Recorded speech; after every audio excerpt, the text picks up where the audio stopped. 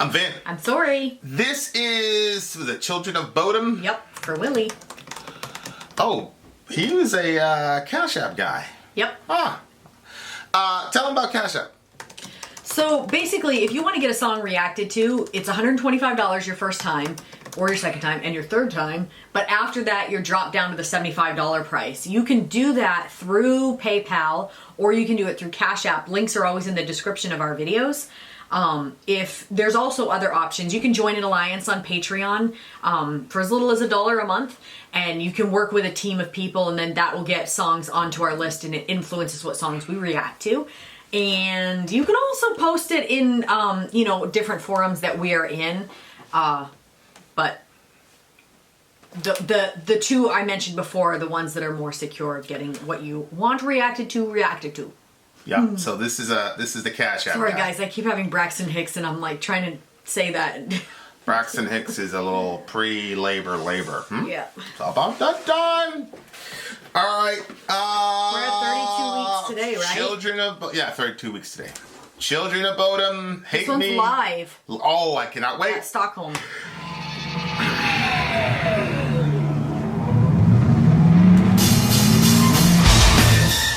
Turn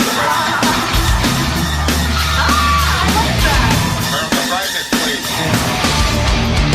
It is.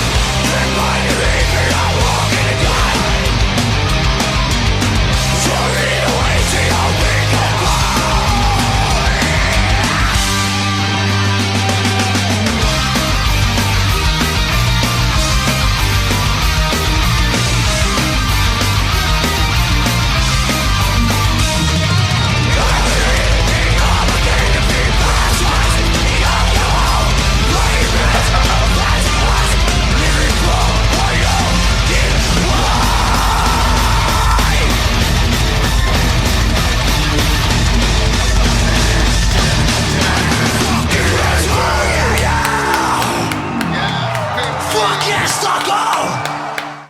Yes, Pinky! That was good. I couldn't understand the lyrics. He doesn't care if you hate him. That's what the lyrics. But I feel like I kept hearing the F word.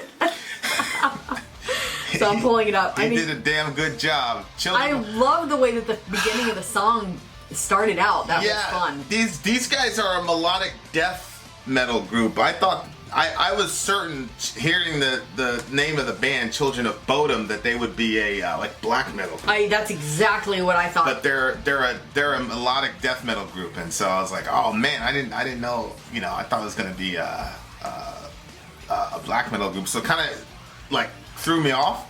But then once I got over that, man, holy hell! That lyrically, he was actually saying something. You know what I mean? Like it was real talk. I mean, I felt bad for what he was describing, but lyrically he was definitely talking about something. So I was born in the ashes of molten hatred.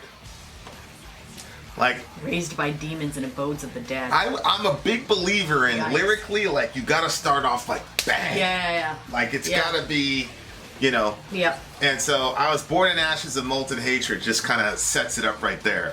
Go ahead. What were you saying? Raised by demons and abodes of the dead. You think he's talking about his parents? Yeah. I think he's speaking metaphorically here. Jeez, what's this? His upbringing, the Reaper's side. You know, the Grim Reaper has that little thing. You know, that's the. Oh, okay. He's reaping souls. That's what I fall upon to light my path, wrecked my mangled wounds of life. I've become the resurrection of the evil one. You know that I don't effing give a care if I live or die. Oh, that's so sad. Which probably means he's probably talking about his dad. I've become the resurrection of the evil one. Especially when you have those like dysfunctional parents and they're like, you're just like your father, and they're like, it's a bad way. Yeah. You know, like your parents shouldn't say stuff like that. Yeah, but when you're in the middle of jihad, this is what they do. You know, like. What? Did that ever happen to you? Oh yeah. She never really told me that I was like my dad, but she did tell my older brother that you're just like Keith, you know. Like my parents never said anything like that. Yeah, so it's kind of, I was like, oh man, my dad must be a really bad guy. He is a great guy, but it's just at the time. Mm-hmm. But you don't even have to hear that from your parents. Like your dad really might be just a horrible person. But everybody always says, like I was actually having this conversation with Dorian yesterday. Like when you grow up in a situation and one of your parents is whatever, or both of them are, mm-hmm. you always say, I'm never going to be like that, or I'm never going to do that to my kids. Yeah. But if you don't actively understand that you were raised in that environment and so that seed is inside of you, you are going to perpetuate that bullshit. Mm-hmm. So you have to, it's good to say I'm never going to put my kids through that, but you have to actively fight against it within yourself. Because it's so natural to just be bent toward it. It's all you know. Yeah. So like you don't even, and the other thing is like there's root causes to so many things. So you don't even know, why so-and-so is doing that. Mm-hmm. So like those root causes are also inside of you. And so if you don't actively go against it, then you're in a situation where you don't really understand what's going on, and you're gonna become that thing that you hate. You're gonna you judge your dad or whatever it is you think is wrong with your parents, like, or your mom or whoever it is. Like you're gonna become that unless you don't actively work against it. And so like it's a horrible burden to put on a kid depending on how old they are, but it's one of those things where like as a dad you look back and you go, okay, like this is a trait, this is a trait, this is a trait, this led to that. So, it's one of those things that's like, let me inform you that that's there so that you can cut that thing out by the root, because mm-hmm. only the kid can, like, only you can do it. You can't, by the time you're an adult, by the time adults figure out what it is, you've already hurt very important people to you. You know what I'm saying? And I'm not going to say it's too late by that time, but, like, I'm sure most of us would rather not injure people emotionally before we figure out that you've got to do the and then that like metastasizes into self-hate. I've become the resurrection of the evil one, that I don't care if I live or die, because now these people get trapped in a certain and then, you know, stuff starts to fiddle with your head. You begin to think it's destiny. You begin to believe in shit like a family curse and all this stuff. And, like, it just creates a sort of situation where you're like, yo, this is never going to change because this is just something that's bound to happen in our family. And it's not bound to happen to you. Right. It's not bound to happen to you. But it's like you say, there's some of that self-fulfilling prophecies where if you were like, it's going to happen, then you kind of set yourself up for it to happen. Right. Right. You know? Right. When he says, I need a bishop preaching fire to get away with my sins, I despise everything I see. Is he saying that's the only way? Like, he feels like if he gets somebody to preach at him real hard, he'll stop doing the things he's doing that he shouldn't do? Maybe. Or maybe he's using the term bishop ironically to be somebody to encourage him to be that horrible and be that terrible so that he doesn't have to feel guilty for all the stuff that he's doing. What's amazing is that he sees what he's doing is sinful. Yeah. You know, and that's a conundrum that a lot of people find themselves in. Like, it doesn't matter what your construct is. I mean, I'm assuming these guys are Swedish or some European, you know, band, and so there's that Christian sort of heritage. Yeah. But it's not something you can escape as far as like knowing that you've hurt people. However you want to phrase it, it's a sin to hurt people. But we had this discussion. It was a pretty interesting discussion yesterday. Like, I'm very, very big on accountability and your own sin and yada, yada, yada. But I'm also big on knowing why people choose the sins that they choose to do. And I think that that's something where, at least in the Christian world, it like gets missing. Yep. And like the skepticism about like psychology, which to some degree skepticism is good, but the skeptical sort of like, you don't need to know that, sin is sin, blah blah blah. You know what I mean? Like, yeah, almost like if there's any sort of counseling or psychology behind anything, like that's bad. Right. Yeah. Exactly. And it's just you just need. Don't dig into it. You just need wrong is wrong. Yeah. Wrong is wrong. You just need the Bible. Blah blah blah. And I'm like, wait a second. Like, if somebody has a headache, you don't say, "Oh, you just need the Bible." No, like God gave certain people inclinations to look at the world around us and to be able to harness those materials so as to reverse the effect of the fall in this particular situation. Yep. So when I think about psychology, it's the same thing. And so why people choose the sins that they choose is important. If you've got a guy who's a very violent, hateful, angry person, and you say, well, it doesn't matter why he became a violent, hateful, angry person, sin is sin. It's like, well, wait a second. No, it does matter. It absolutely matters. If we find out that this guy had an abusive father who beat the hell out of him every 2 seconds of his life, then he's still accountable for sin of hurting other people. But there's got to be there's an open, gaping wound that needs healing. And I think that's the kind of like the disconnect where... well, I think that it's not... When it's viewed as an excuse, that's when it's not good or healthy. But when it's viewed to give, a bit of understanding or to be able to... That's the baby crying. He'll live, I promise. He's not in trouble. Go ahead. When it's viewed as like that, like it's just, oh, well, I had this happen to me, so now I can never change. That's when it's not healthy. But it is healthy to know, what you're predisposed to because of certain traumas or things that have happened to you. Yeah, and no, I agree with you. And I think for other people too, to have a bit of grace for you. You know what I mean? Like, you didn't just have this issue out of nowhere. Like, it came from somewhere. And you see, like, when you look at the story of Maleficent and you see her in Snow White. Is it Snow White? I'm not Snow White. Sleeping Beauty. I when you see her in Sleeping Beauty, I think it's Snow White. No, it's not. It's Sleeping Beauty, I think. So when you see her in Sleeping Beauty, then. Well, it doesn't matter. You get the point. You see her in that, and everybody's like, for years, everybody was like, oh, this Maleficent character. But then they create a story where you see her history and what happened to her, and it kind of like changes your view of Maleficent. And they're doing that with like a lot of the stories.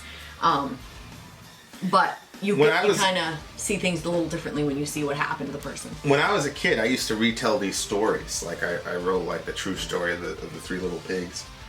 And I didn't know that there was like a whole genre of literature like that. I was retelling those stories because I was a middle child and I got blamed for everything. So I was saying, hey, like something's going on here, but the only way I could do it was like to read. So I always took the side of the bad guy. Mm-hmm. And like even like how I interpret the Bible, you know, I look at Cain and Abel, or I always took Cain's side in the situation. Yeah. You know, the Joseph and his brothers. Like I always took the side of the bad guy because I felt like they were like me. They were just like misunderstood. You know what I'm saying? So, and we have conflicts about a particular person, but I do think that there are people with certain mental illnesses to where they get to certain points where they can't control themselves.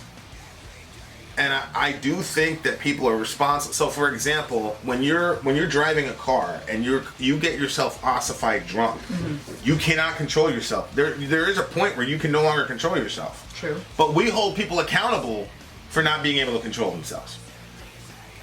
So, because they got themselves to the point where they're ossified drunk. So, like, there's this particular person who, like, gets themselves worked up into a certain type of mania, and once they get to that point, they literally cannot control what they say or what they do, in my opinion.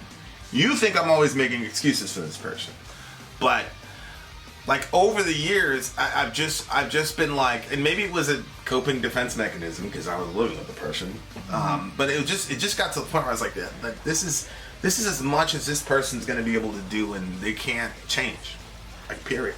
Like they've been doing the same shit for 35 years of their life, they're not gonna change, and they've got this mental issue, and the way they see the world is completely crazy. And they're not going to change, and this is the best that you can possibly expect out of this person. I don't look at that as an excuse. I just look at that as, you know, like a form of, you know, realism about that person. And so, like, I still get very angry at them, but, you know, like, anytime I say, oh, this person's, like, mentally ill, like, you always get really angry. Or you get mad at me. I think that there are times where that is factored into it, or that is a part of it. I just think that there are certain things that, like, especially where this person, in my opinion, acts very childish.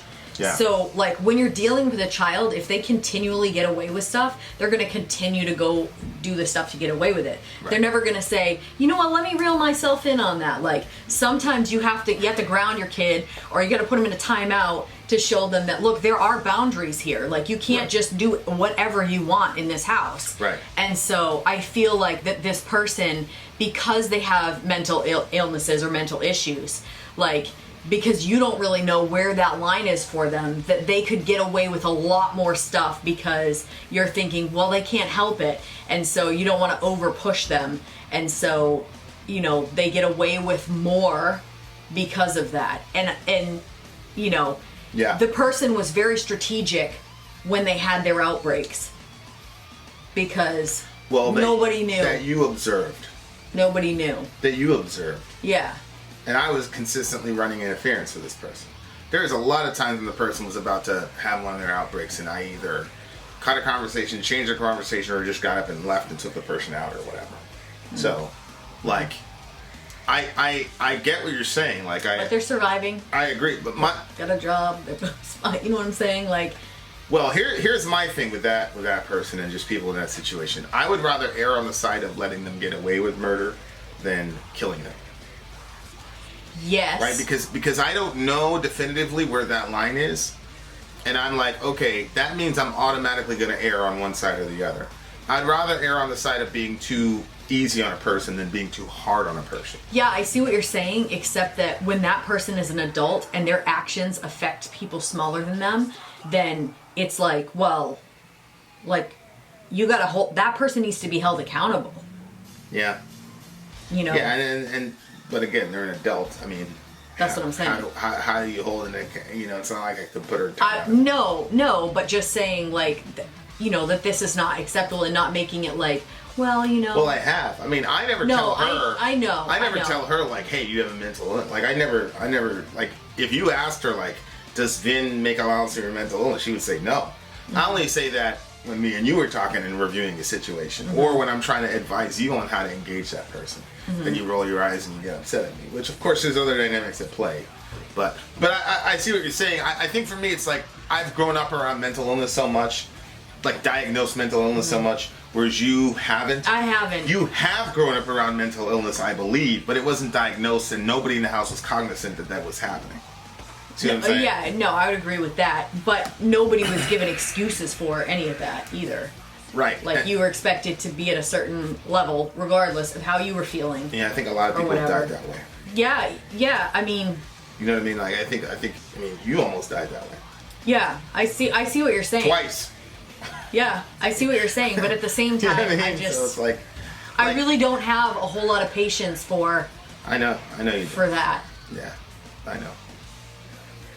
And I don't have patience for it, but I have a lot of understanding of it because I grew up with it my whole life.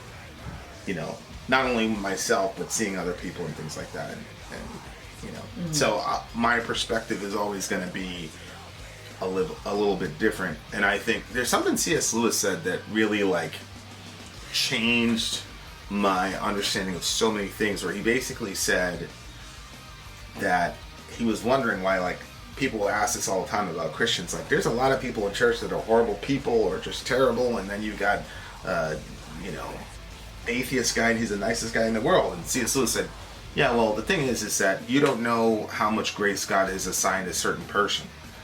So if God gives you like 11 measures of grace, then you're just going to be a good, what we would consider a good person or whatever. But he goes, then there's some Christians where God's given 3 measures of grace.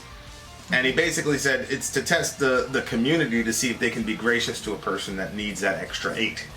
And so there's people that, boom, God's like, okay, you're getting 3 measures of grace, and that's going to be your ceiling. And, you know, I mean, it's there in the parable of the talents. Some people get a bunch of grace, some people get very little, and they got their little one little thing. And that so, like, that really changed my mindset. Like, I am judging a person for their actions who has been given a very a deck of cards that are not very helpful, and it's not my job to judge them. It's my job to give them as much grace as possible. Now, in my best moments, that's my mindset. Obviously, this person pushes certain buttons where I'm almost never at my best with this person ever.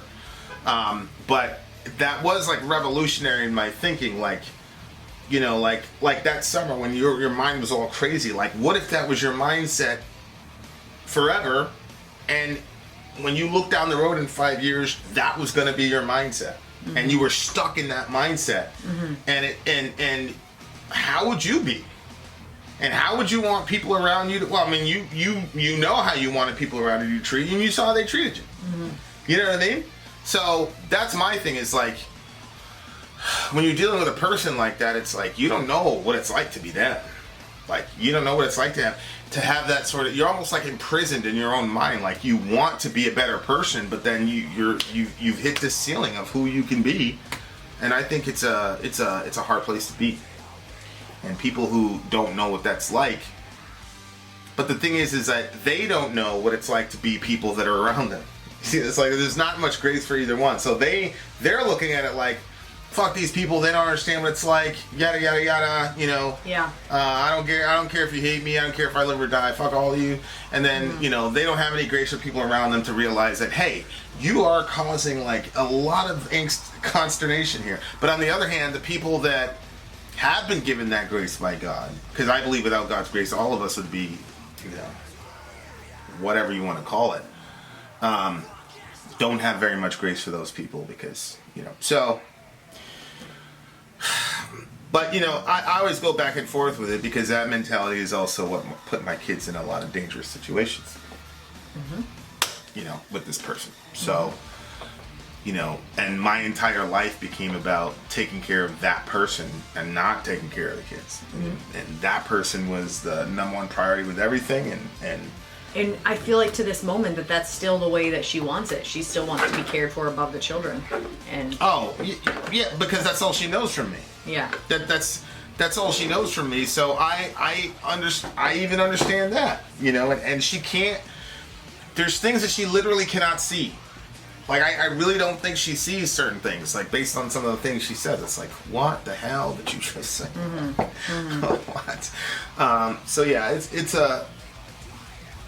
it's a crazy situation, and but that the song, like, because this person's family is just, you know, there's so many really difficult things, you know, and it's like 4th, 5th generation stuff where, and you know, I just, it's a horrible situation, and you know,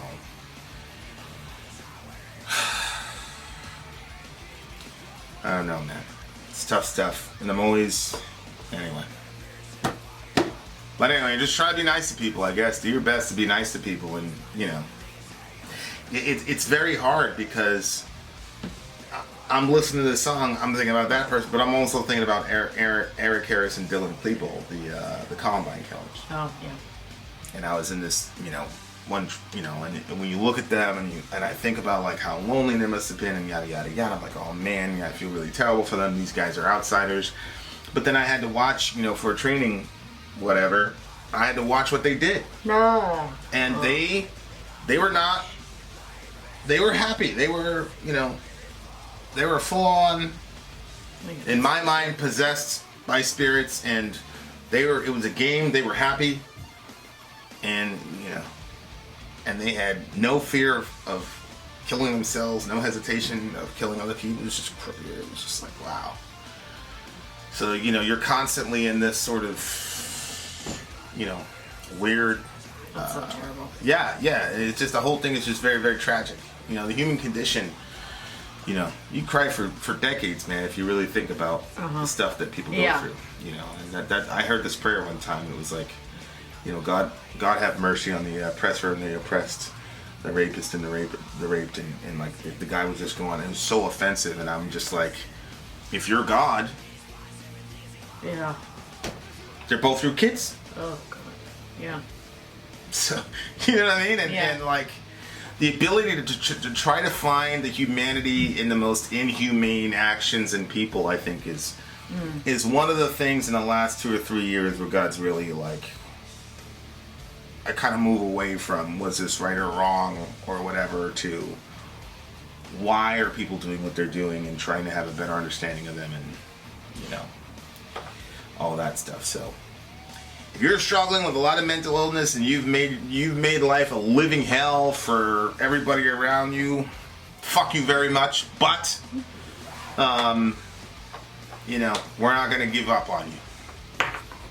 And you know, there's some times where people like are really good about it and supportive of you, and there are other times when they're just, you know, sick and tired of it, and you know, try to give people room to be mad at you. Yeah. And at the same time, if you have people like that in your life, some people aren't going to change, and you just have to understand that. You have to accept it and find ways to live around them safely. Yeah. Do your best. It's a 9.8 for me. 9.4. There you go. Vin out. Sori out. Gone.